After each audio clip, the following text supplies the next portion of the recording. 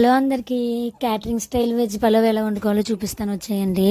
ఏంటక్క క్యాటరింగ్ అంటున్నావు, కొంపతీసి జాబ్ లేక ఇందులో ఏమన్నా జాయిన్ అయిపోయావా అనుకుంటున్నారా? మనకంత సీన్ లేదులేండి, ఇంట్లో చిన్న ఫంక్షన్ ఉంది, సో దాంట్లో వండుతున్నారు. సో ఇంకా ఎలాగా మీకు చూపిస్తే యూజ్ అవుతుంది కదా. ఒకవేళ యూజ్ అయ్యే వాళ్ళు యూజ్ చేసుకోండి, లేకపోతే లేదు.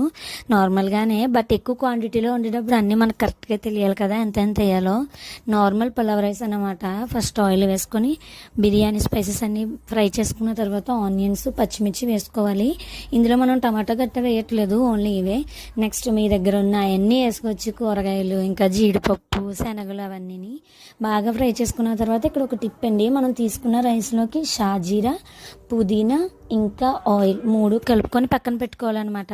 ఇవి పక్కన పెట్టుకుని రైస్లోకి ఆ పుదీనా ఫ్లేవర్ వెళ్ళేలాగా చూసుకోవాలి. ఈలోపు ఆ వేగిన వాటిలోకి వాటర్ తీసుకుని వాటర్ మరిగిన తర్వాత వేసేసుకోవాలి.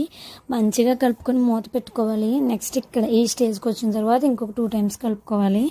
బాగా ఇలా నీరు ఇంకిపోయిన తర్వాత పైన నిప్పులు వేసుకోవాలన్నమాట. ఇంకేమైనా చెమ్ముంటే లాగేస్తారు కదా. లాస్ట్లో కొంచెం గీ తగిలించుకుంటే టేస్టీగా టేస్ట్ అయితే చాలా బాగుంటుంది.